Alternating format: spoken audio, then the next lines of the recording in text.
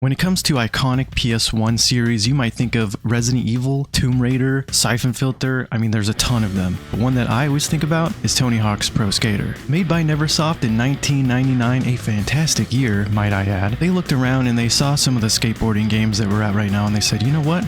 We could do better. We could make the best skateboarding game out right now. And this game not only changed skateboarding games and sports games forever, but it actually ascended the popularity of skateboarding into the mainstream. It really helped it push it to another level. And I was there, man. I don't know if you were, maybe you clicked on this video, you were there, you saw Tony Hawk do the 900 and you were like, oh my God, I love skateboarding now. I'm gonna go out, I'm gonna go buy a skateboard.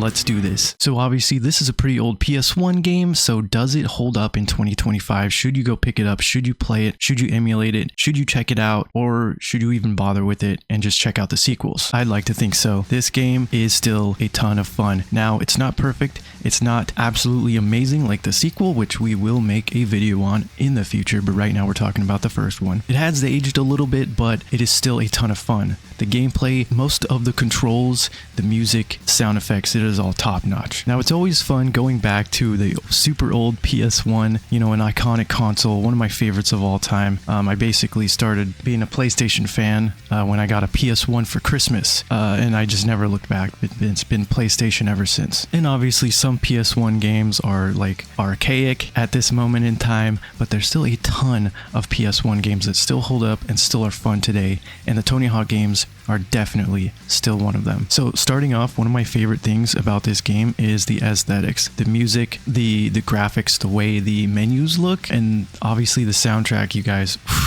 Goldfinger's Superman, iconic. Everyone thinks about that. It is so like cemented in history. And the way the levels look, they're kind of gritty. They have like a kind of a graffiti style to some of the levels. They're very grunge. Like this game feels very grungy in a very good way. So this game is very arcade based. Like you will be going 2 minutes in each level trying to get like the best score, getting the most there's like missions inside the levels, and each level will give you a VHS tape. And yes, if you know what a VHS tape is, then you might have to clip out some of your gray hairs. Every week I have to clip out a white or gray hair in my beard. It's fantastic and terrifying. But obviously you're going to be flying around these levels, you're going to be doing tricks, you're going to be doing gaps, and then there's things like breaking boxes or hitting certain objects. Obviously there's high scores to get. There's a couple high scores in each level, and there is a secret hidden tape in each level that you have to go find. And riding around for the most part in these levels is a lot of fun, but there is one issue, and in my opinion and some other people's opinions, is the downhill levels, where you basically only get one shot. You're going down and down and down, and then you come to the end of the level and then it ends. There's no like you can go mess around in it for the entire time limit. It's once you get down to the bottom, it's over. And I do feel like that is a problem, because it's extremely frustrating when you are going and you have like all 4 items and you have 4 items and you need to get the 5th one to get all of them, and you mess up the very last one, like you're flying in the air and it just does not land and you have to restart the level. And so you will be restarting these levels over and over and over again. Now, sometimes that's fun and it has an addicting aspect to it, like, oh, just one more run, but sometimes it is extremely frustrating. But overall, it is really fun and it is really satisfying when you get the VHS tapes and when you get the SKATE, all those letters. It is a really fun and addicting system. Now, since it is a PS1 game, let's get into some negatives. So obviously some of the graphics, the textures, some of the controls, and the camera. Sometimes it is pretty bad, but overall it's not too bad. It's definitely not one of those old PS1 games where you go back to it and you're like, holy crap, this is terrible. No, this one actually, it's kind of like, I always think of Spyro the Dragon. It just looks amazing and feels amazing and controls amazing. Still, to this day, and probably forever. And I feel like the Tony Hawk games are up there. This one is a little wonky, but it's okay. Oh, now let's jump back, because I'm terrible at videos and I need to structure them better. But let's go back. Now, when it comes to the levels, like level variety, it's actually pretty good. We have like warehouses, we have schools, we have downhill jam, which I hate.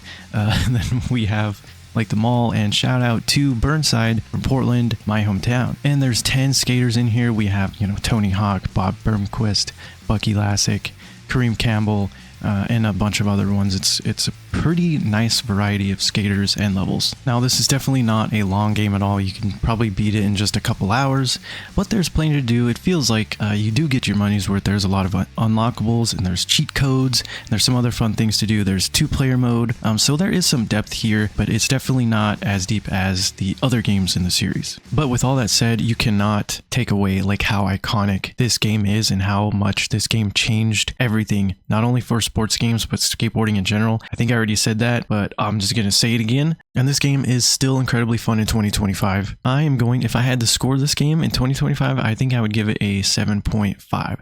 So it is good, but it's not quite great, especially knowing what is coming, and that is Tony Hawk's Pro Skater number 2. And I think you guys know how amazing that is, and that's going to be in a future video. And if you didn't know, this is actually my first video on this channel, PlayStalgia. This is all about PlayStation nostalgia and retro PlayStation content, so you have to hit the subscribe button if that sounds good to you, because I'm going to be covering a bunch of PS1, PS2, PS3, PSP, and PS Vita content on this channel. It's going to be so much fun. So hit that subscribe button and follow me on Twitter if you already haven't already. I'm Corey for PlayStalgia, and I'll see you in the next Retro PlayStation video.